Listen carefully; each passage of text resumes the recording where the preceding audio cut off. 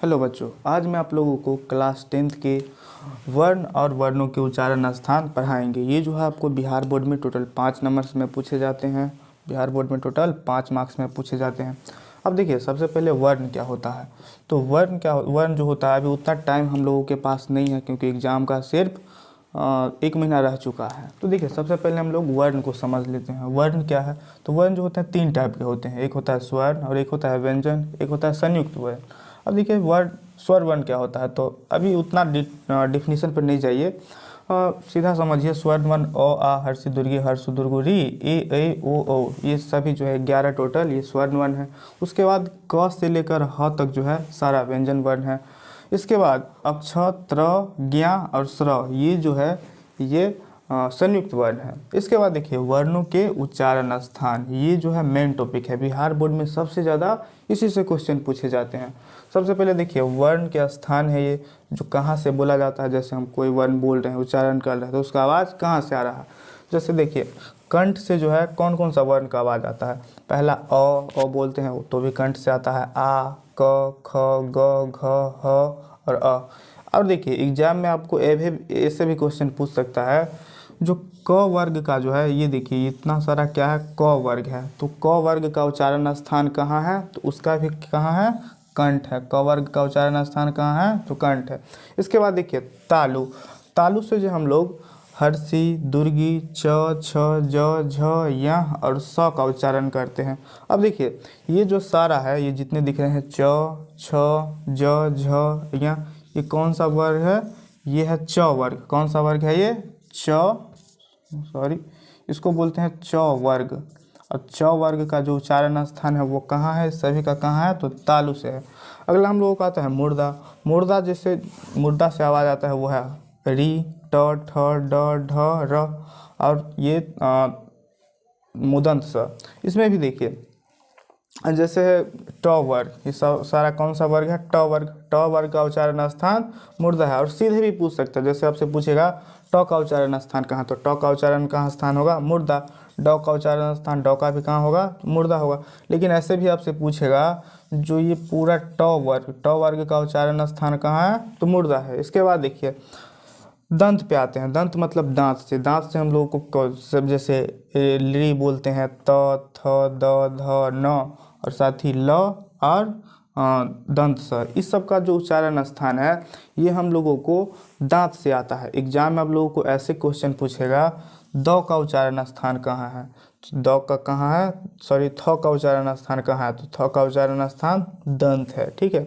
और ऐसे भी पूछेगा, जैसे सब में बताए हैं, तो इसको सारा को क्या बोलेंगे, त वर्ग बोलेंगे। क्या बोलेंगे, त वर्ग, क्योंकि त से ना शुरू होता है, इसीलिए इसको त वर्ग बोलते हैं। ऐसे पूछेगा त वर्ग का उच्चारण स्थान कहाँ है, तो सीधा दंत से होगा। अगला हम लोगों का ओष्ठ। ओष्ठ में जाता है, ओष्ठ से देखिए किन किन वर्णों का उच्चारण हो जाता है, हर्षु दुर्गु प फ ब भ। और साथ ही ये भी पूछ देगा आपको, जो प वर्ग है, प वर्ग का उच्चारण स्थान कहाँ होता है, तो ओष्ठ से होता है। ठीक है। एक एक करके भी पूछेगा, हर दुर्गु का उच्चारण स्थान, तो ये भी ओष्ठ से होगा। ठीक। अगला देखिए, अगला हम लोगों का नासिका। नासिका जैसे हो गया हम लोगों का अंग, उसके बाद अंग, उसके बाद या, उसके बाद अर न म, इस सब का उच्चारण स्थान जो है नासिका से आता है। इसीलिए जो है जैसे ये दे देगा आपको अंग का उच्चारण स्थान कहाँ है, तो नासिका है। ठीक है। अगला देखिए, कंठ से और तालु दोनों से जो है ऐसा ए और ए, दो ऐसे वर्ण हैं जो कंठ से भी आवाज़ आता है और तालु से भी आता है। उसके बाद देखिए, कंठ और ओष्ठ, मतलब कंठ से भी और ओष्ठ से भी, तो ये है दो वर्ण, ओष्ठ ओ और ओ। ठीक है। अगला है हम लोगों का दंत ओष्ठ। तो सिर्फ एक ऐसा ही वर्ण है जिसका उच्चारण दंत से भी और ओष्ठ से भी होता है, वो है वो। क्या है वो। ठीक है। अब चलिए हम लोग इस किस टाइप का क्वेश्चन पूछेगा उसकी तरफ चलते हैं। ठीक है। तो इसको सबसे पहले आप लोगों को याद रख लेना है।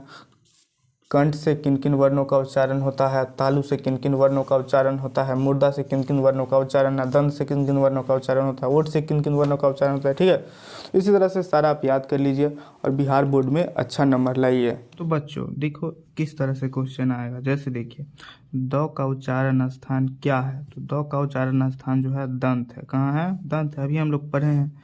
इसके बाद देखिए, तो का उच्चारण स्थान क्या है? तो तो का भी कहाँ है? दंत है, क्योंकि दांत से उच्चारित होते हैं तो ये दंत हो गया। अगला देखिए, प्रत्येक वर्ग का पहला, तीसरा और पांचवा वर्ण क्या है?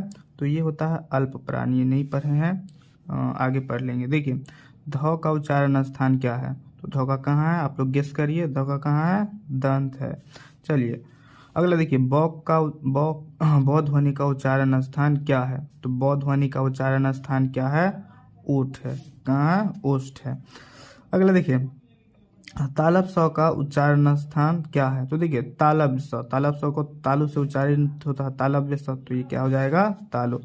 निम्नलिखित में कौन सा वर्ण तालु से उच्चारित होता है?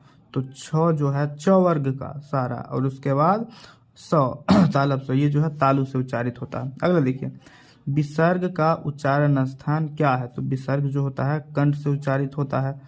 प वर्ग का उच्चारण स्थान मुंह के किस भाग से होता है? तो ओठ से जो है हम लोगों का प वर्ग का होता है, जैसे कि आप लोगों को बताए थे।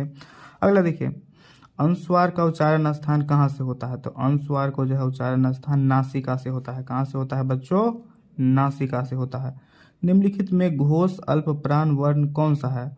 तो घोष अल्प प्राण वर्ग जो है ग है। अगला देखिए, च का उच्चारण स्थान क्या है? तो च का उच्चारण स्थान तालु है। कहाँ है? तालु है। अगला देखिए, ए का उच्चारण स्थान क्या है? तो ए का जो उच्चारण स्थान कंठ और तालु दोनों होता है, हम लोग पढ़ रहे हैं। अक्ष का उच्चारण स्थान, अक्ष ध्वनि किसके अंतर्गत आती है? तो ये जो है अभी हम लोग पढ़े हैं, अक्ष, त्र और जो है स्र, ये जो है संयुक्त वर्ण के अंतर्गत आते हैं। ठीक है, इतना ही क्वेश्चन आंसर है। और भी वीडियो चाहते हैं तो चैनल को सब्सक्राइब करें।